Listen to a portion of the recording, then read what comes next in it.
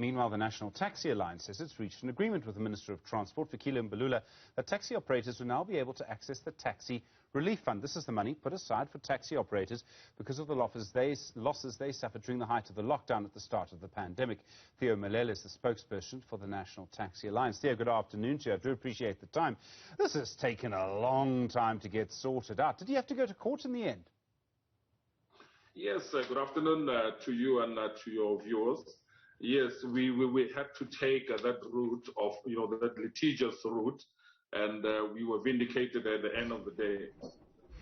So you were vindicated, the court ruled in your favor. Has the minister been now ordered to pay this money?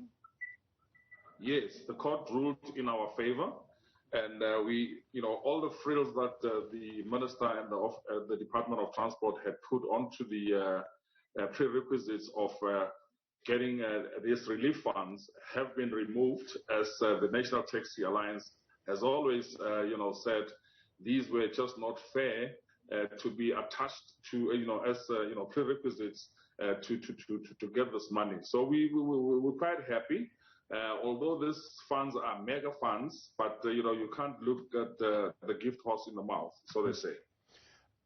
So was it just you who went to court, or did Santaka go to court with you? No. It was the National Taxi Alliance that took the bull by the horn and took the minister to court, not Santaka. Okay. How much money is each taxi operator or each taxi driver going to get? Has that been worked out yet? No, well, we haven't crunched the numbers, and obviously the department will also be doing the same exercise.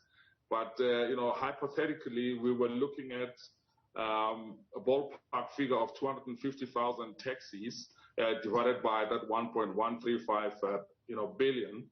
But we now also have to give e-hailing as well and meter taxis as well.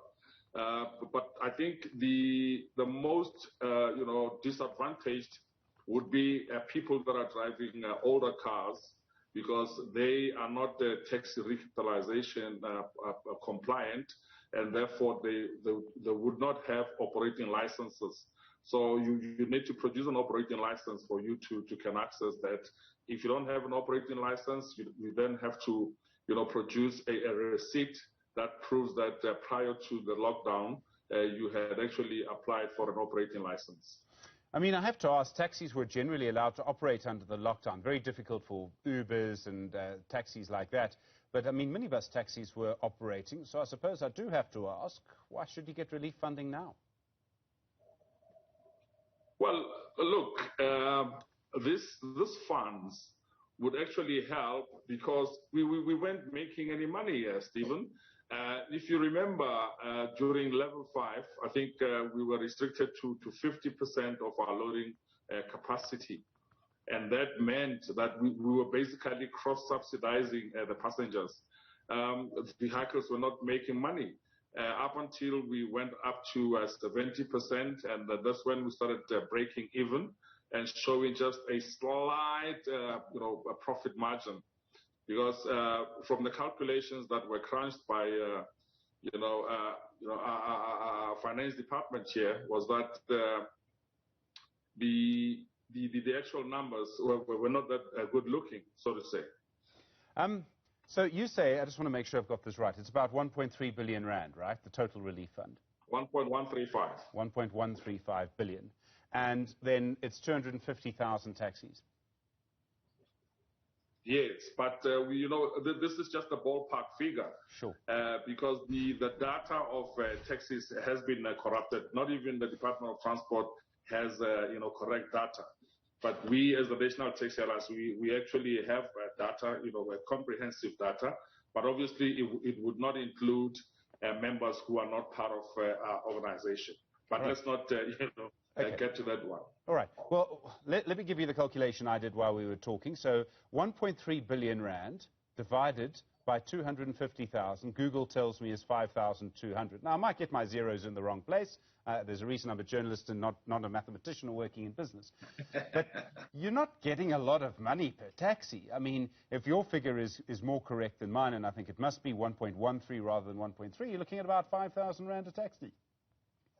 Yes, and this sheer pretense, Stephen, if you look at the actual losses that were incurred, by far they could be that amount multiplied by 10. So the question really boils down to, was it worth all the effort? 5,000 rand a taxi. I mean, you were still operating then.